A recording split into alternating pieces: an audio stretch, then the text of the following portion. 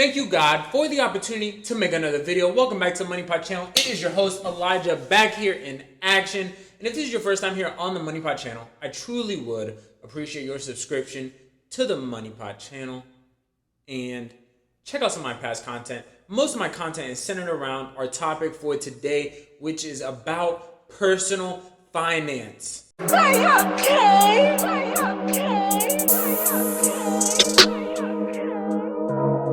In my opinion, right behind our spiritual walks and journeys throughout our lives, I believe that finances and our management of our finances are the second biggest aspect of our lives. Dude, you gotta try this. No, I'm okay. Come on, just one bite.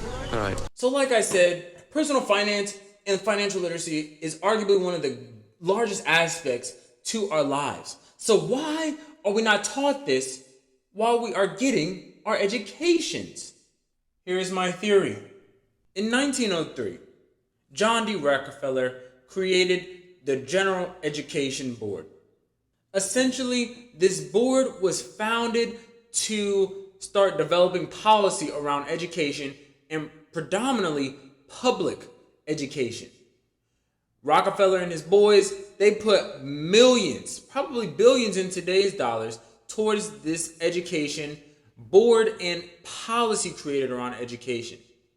I find this quote by John D. Rockefeller so interesting, but so important to understanding our history and where we are at and why personal finance is not taught in schools. John D. Rockefeller says, "I don't want a nation of thinkers. I want a nation of workers." If we keep individuals from thinking, my boys, we can set up institutions to be able to control these people, keep them in debt for their whole lives, work for a paycheck, and then we'll come out with this thing called a television, and we can just make them waste away their days by watching TV, and when they're not working, they will not think. They will not learn financial literacy. They will not learn how to manage their finances. And that is when they swoop in and utilize predatory lending to keep consumers in a cycle of debt and mismanagement of funds and financial illiteracy. The reason why personal finance should be in every school, in every country, is because personal finance and financial literacy leads to better quality of life and overall better health. It is not rocket science. When your finances are together, you feel better. And that is truly my goal with the Money Pot channel, is to provide personal finance information so that individuals can make sound financial decisions and improve their financial situations for themselves and their families.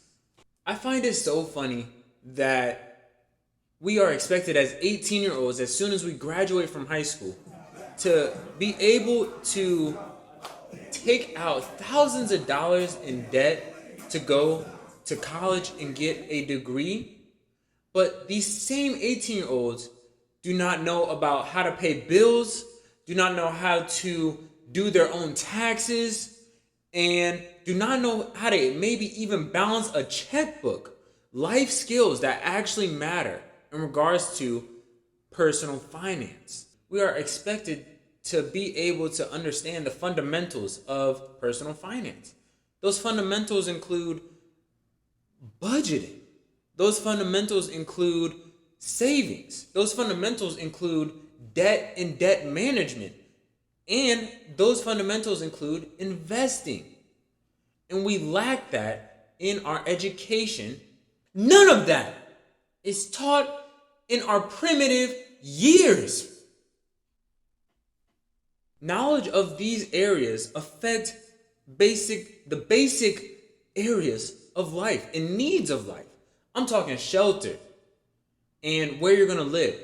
I'm talking about food and how you're going to eat and survive. I am talking about transportation, how you are going to get from A to B. I'm talking about traveling and going places. All of these areas and basic needs of life are affected by how we manage our personal finances. And it has dawned on me that we got high school students graduating from high school. We got college students graduating from college, and we got young adults, and we even got even older adults that do not know how to properly manage their personal finances. They don't know financial literacy, and their financial situations are a mess. Lack of financial literacy and not being able to manage your personal finances has painful consequences in individuals' lives. We see some of the painful consequences in people's lives, such as increased stress, depression, and poor health. We see families being separated because of divorces due to financial circumstances. It is crazy the amount of consequences that can occur when people do not know how to manage their finances properly. It is so sad. And it allows for the rich to get richer and for them to continue to capitalize on those who do not have personal finance understanding and financial literacy. The majority of Americans don't have $1,000 to cover an emergency. The majority of Americans are dealing with crippling credit card debt. And we are in a recession and inflation is through the roof. We are seeing prices rise on everything. Financial literacy and personal finance needs and has to be at the top of everyone's mind, and better understanding its principles. I got you covered. Don't worry. And this all stems back to us not being taught personal finance in our primitive years. And this has been going on for generations. We have generations of people who do not understand basic personal finance principles. And sometimes the personal finance principles that they do know are false and are leading to a misconception on finances and leaving families in a worse position than where they were. I'm going to continue to talk about this subject of personal finance, how we can improve our personal finances, and the various areas of personal finance, because I care about personal finance and how people are being able to improve their financial situations and get to their desired end goals in regards to their financial journeys.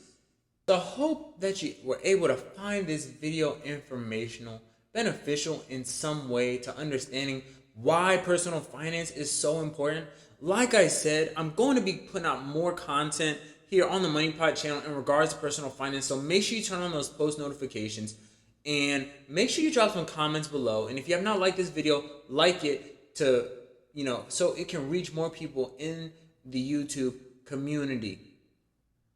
Like I said, if you found something beneficial, drop some comments below. I really would appreciate any sorts of engagement with the channel. Like, dislike, share, subscribe. Do what you do, but I appreciate you. Until next video, stay blessed, stay healthy, and stay prayed up. Peace.